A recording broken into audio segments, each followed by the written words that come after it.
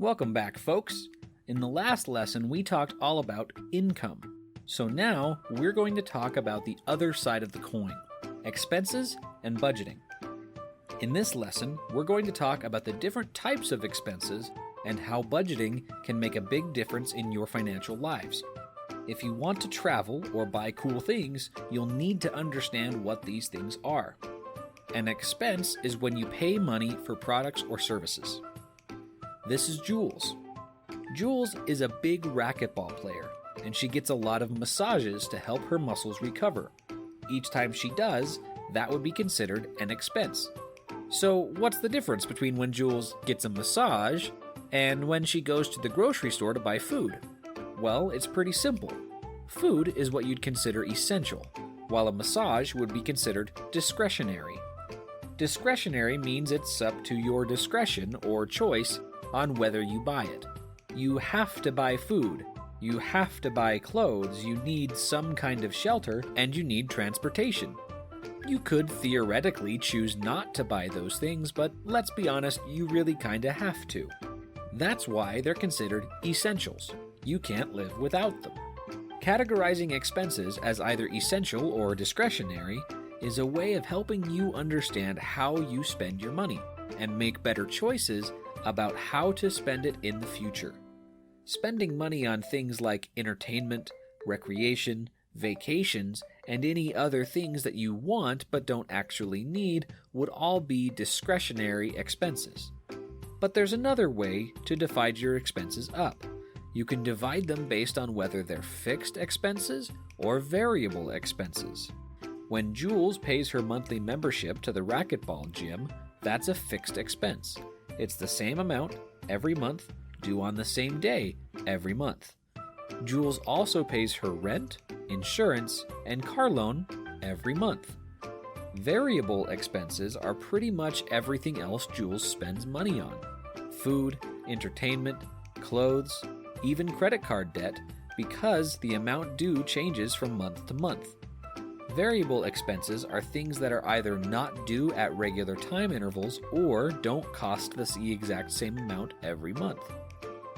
Alright, on to the more interesting part, making a budget.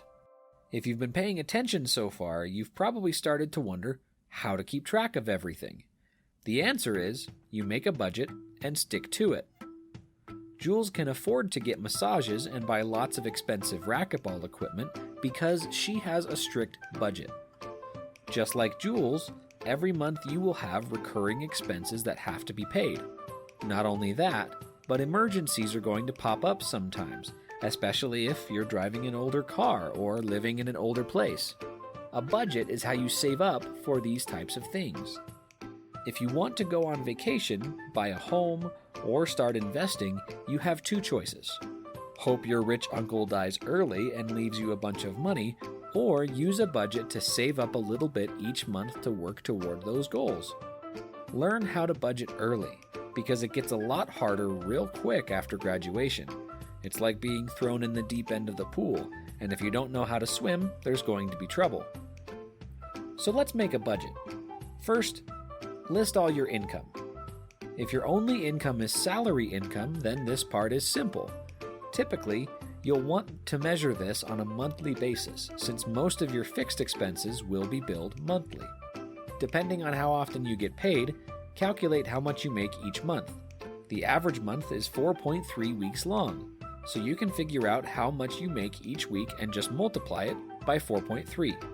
When you have other sources of income, it can get a little bit more complicated because that income is more likely to change from month to month. So, what do?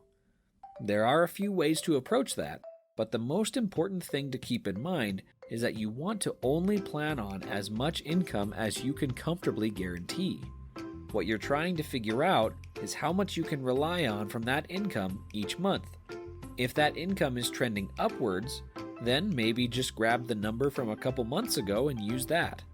If it's up and down, maybe just put the lowest amount of the last 6 months. When you're done listing your income, it's time to list your expenses.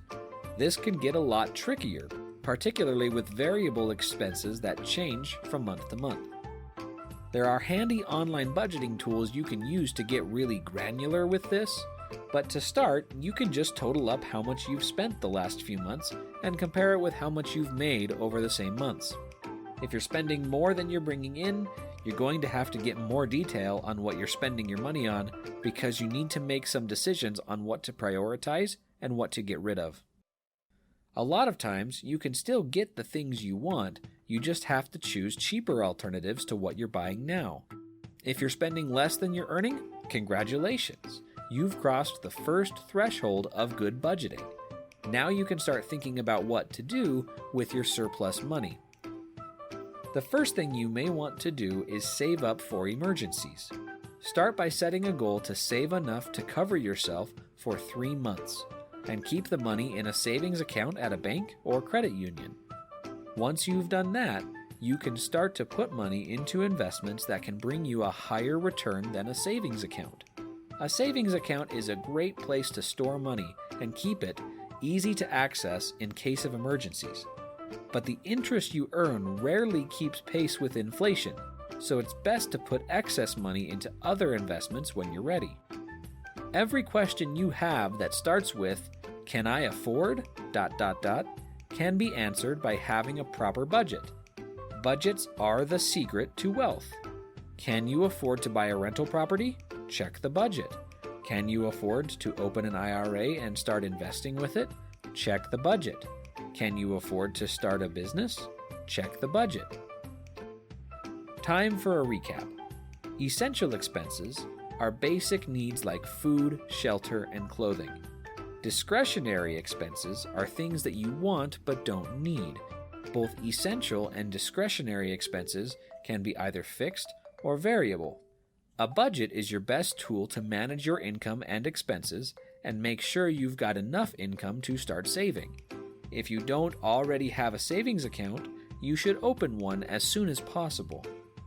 Any surplus income you have saved beyond what you might need for emergencies should be put into an investment that will give you a better return than a savings account. A budget also makes sure your money is being allocated the way you want it. Having a budget that includes all your needs and wants is key to making your financial and retirement goals possible. We'll see you in the next lesson.